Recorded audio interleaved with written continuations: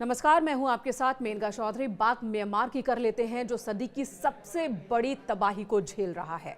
शुक्रवार को म्यांमार में भूकंप आया। भूकंप के बाद कई आफ्टर शॉक भी आए और उसकी वजह से म्यांमार में हर तरफ तबाही ही तबाही देखने को मिल रही है। और इसी बीच जो आंकड़े सामने आए हैं मृतकों को लेकर, सरकारी आंकड़ों की बात करें तो 1644 लोगों की अभी तक मौत हुई है, 3400 लोग जख्मी हैं, हजारों लोग लापता हैं। इन सब के बीच जो सबसे ज्यादा चिंता वाली बात है कि यूएस जियोलॉजिकल सर्विस की रिपोर्ट के मुताबिक उनका जो रिसर्च कह रहा है कि म्यांमार में 10,000 से ज्यादा लोगों की मौत हुई है। जब आंकड़े पूरी तरह से साफ होंगे तो मौतों का आंकड़ा है वो हर तरफ मातम फैला देने वाला होगा।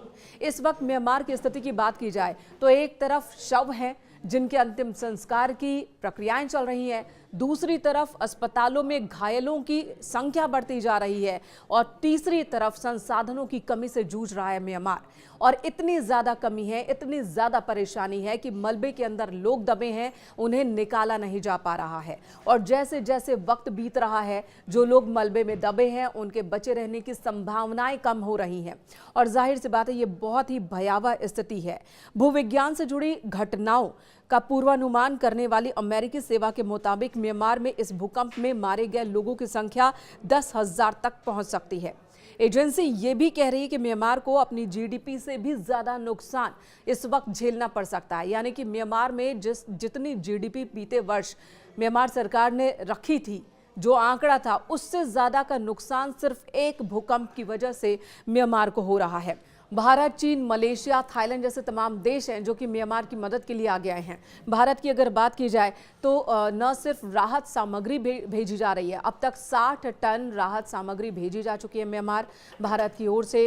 वहां पर बड़ी संख्या में हमारे सैनिक भी मौजूद हैं जो अपनी सेवा दे रहे हैं, मलबे से लोगों को निकालने के काम में जुटे हैं, अस्पतालों में लोगों को सेवा दे रहे हैं। और ऐसे 116 सदस्य हैं, बताए जा रहे हैं कि वो भारत की ओर से वहां पर मूवमेंट वाले हॉस्पिटल्स में मदद कर रहे हैं, फील्ड हॉस्पिटल में।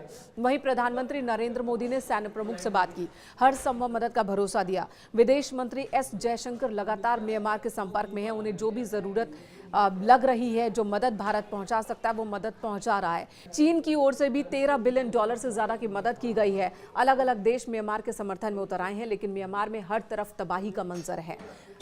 शुक्रवार को भूकंप के झटके महसूस किए जाने से पहले म्यांमार में जो माहौल था वो बिल्कुल अब विपरीत है। हालांकि इससे पहले म्यांमार में एक और टेंशन थी। अब घरेलू कलह की वजह से, शीत युद्ध की वजह से म्यांमार लंबे वक्त तक परेशान रहा। और अब जब स्थिति वहां राजनीतिक तौर पे थोड़ी थोड़ी स्थिर होने लगी थी तो भूकंप ने शताब्दी पीछे ढकेल दिया विकास के मामले में म्यांमार को, और उससे उबरने में सालों लग जाएंगे म्यांमार को। और इसी बीच वैज्ञानिकों ने जो और डराने वाली बात कही है कि 7.7 की तीव्रता से शुक्रवार को जो भूकंप आया उसके बाद आफ्टर शॉक्स आते रहेंगे, क्योंकि इस वक्त जमीन के नीचे बहुत उथल पुथल चल रही है। तो म्यांमार के नीचे और भारत के नीचे जो प्लेट्स हैं वो बार बार टकरा रहे हैं, जिसकी वजह से भूकंप के झटके महसूस किए जा रहे हैं म्यांमार, थाईलैंड, चीन और भारत, इस पूरे एरिया में, जिसका असर आने वाले दिनों में भी देखने को मिलेगा।